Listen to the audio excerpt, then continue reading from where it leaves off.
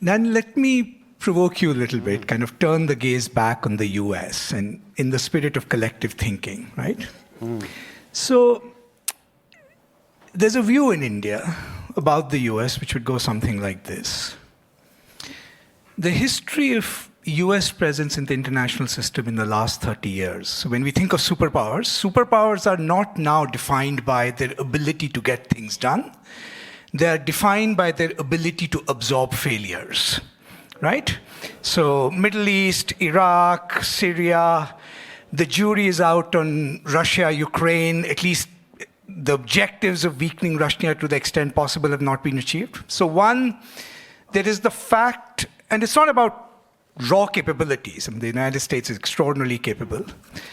But there is this overestimation of US power that has been consistently on display over the last 30 years, right? The second fact is that the US is the single biggest exception to the international liberal rules-based system, right? It signs the fewest treaties. It claims the greatest exemptions from itself, whether it's ICJ, ICC, all of that. Number three, human rights has almost never, unless it's some small country, played a sincere and significant aspect in US foreign policy. The Chinese can do repression in Xinjiang. Everybody was happy trading with them, including, by the way, the Organization of Islamic States, right? And, you know, the US's long histories. And so on this cynical view, so long as India grows at 8%, and there is money for US business to be made, all of these other concerns that you outline are actually not going to be significant. They're good for us think tankers, but nothing in the history of US foreign policy suggests that they're going to be dominant concerns. And that the Indian regime understands this and is actually playing the US eye to eye and calling its bluff. All right. You want a quick response? Yeah.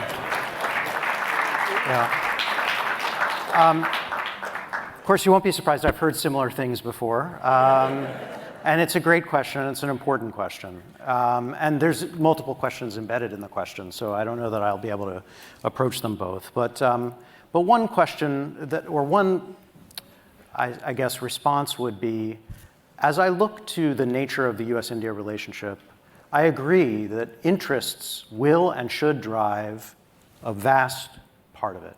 That's just the way it works.